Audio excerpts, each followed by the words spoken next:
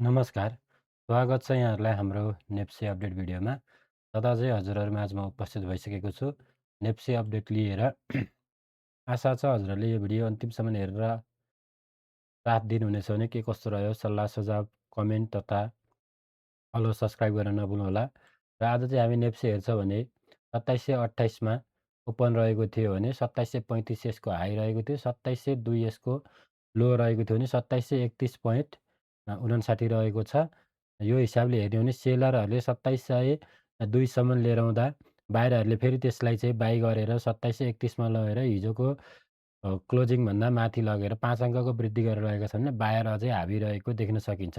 हिजोको अ, क्यान्डलमा चाहिँ सेलर केही हावी देखिए पनि आज चाहिँ अन्तिम समयमा बायर हावी रहेको देख्न सकिन्छ।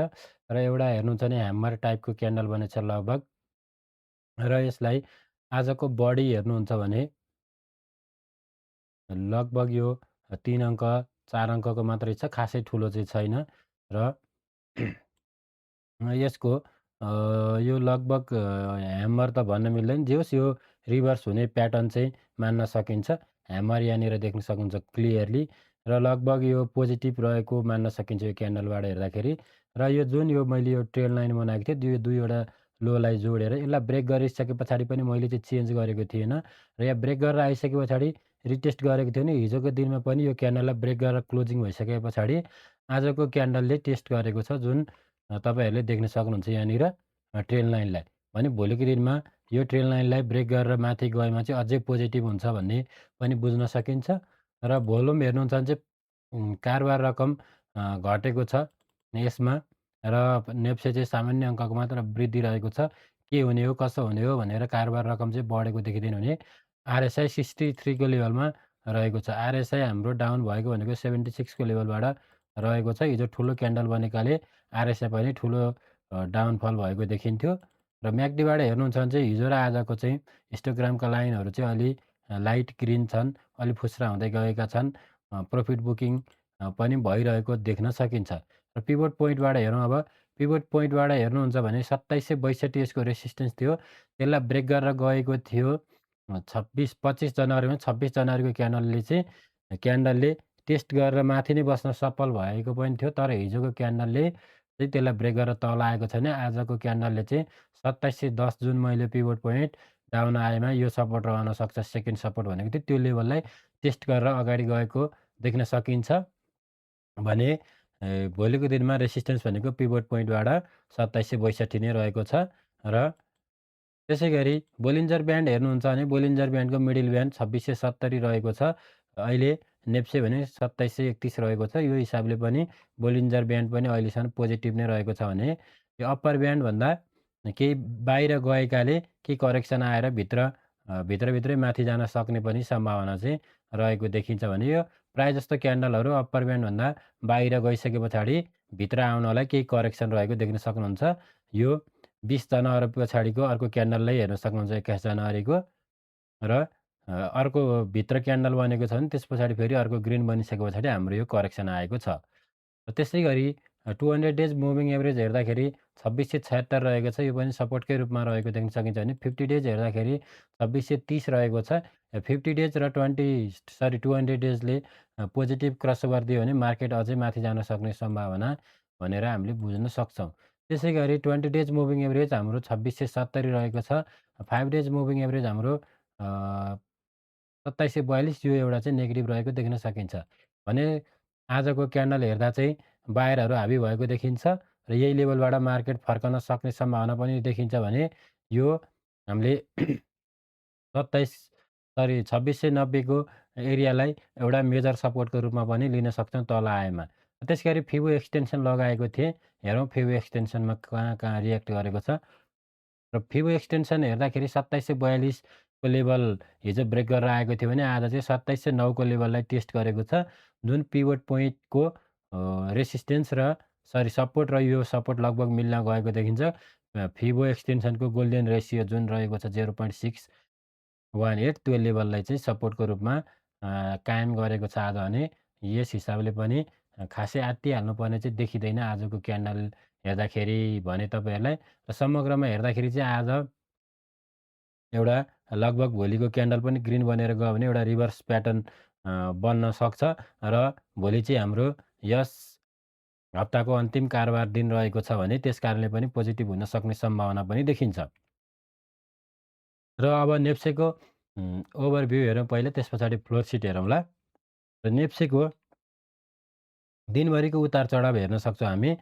हाम्रो यो 11 बजेर 8 मिनेटमा 2717 सम्म आएको थियो भने फेरि रिभर्स भएर 2734 सम्म पुगेको थियो र त्यस पछाडि फेरि करेक्सन आइसके पछाडि हाम्रो 11 बजेर 39 मिनेटमा चाहिँ 2718 सम्म आएको थियो भने त्यस पछाडि हाई लगायो 2724 अनि चाहिँ सबैभन्दा लो 2703 2702 सम्म आएको थियो। त्यस पछाडि हायर हाई हायर लो बनाउँदै मार्केट पोजिटिभ भएर 2735 सम्म पुगेको थियो भने त्यस पछाडि फेरि करेक्सन आएर 2724 22 23 तिर आएको थियो र अन्तिम अवस्थामा बढेको देखिन्छ नेप्से हाम्रो। र त्यसै गरी 141 वटा कम्पनीको मूल्य बढ्दाखेरि चाहिँ 112 वटा कम्पनीको मूल्य स्थिर रहेको छ। सरी, गिरावट रहेको छ भने 7 वटा कम्पनीको मूल्य स्थिर रहेको छ र एकेजेसिएल रहेको छ र हाम्रो सिओआरबिएल रहेको छ। यसले सर्किट हानेको छ भने एमएल, बिबिएल र पिपिएल बिएनएचसी चाहिँ 9% भन्दा बढीको वृद्धि रहेको छ। र त्यसै गरी 9% भन्दा बढी वृद्धि हुनेमा त्यो 5 वटा रहेका छन् भने 7% भन्दा बढी वृद्धि हुनेमा 10 वटा रहेका छन्। टप लुजरतर्फ हामीले हेर्छौँ भने हाम्रो यो गुडविल फाइनान्सको डिबेन्चर रहेको छ र यो 8% ले घटेको छ। एनएबिबिसी रहेको छ 4.5% भन्दा बढीले घटेको छ भने सबैभन्दा धेरै घट्नेमा हाम्रो यो डिबेन्चर रहेको छ। टप 5 भित्र सबैभन्दा थोरै घट्नेमा चाहिँ 2.5% रहेको छ। यो भनेको हाम्रो अप्पर स्याङ्गे हाइड्रो रहेको छ। त्यसै गरी टप टर्नओभरमा हेर्नुहुन्छ भने एकेजेसिएल रहेको छ।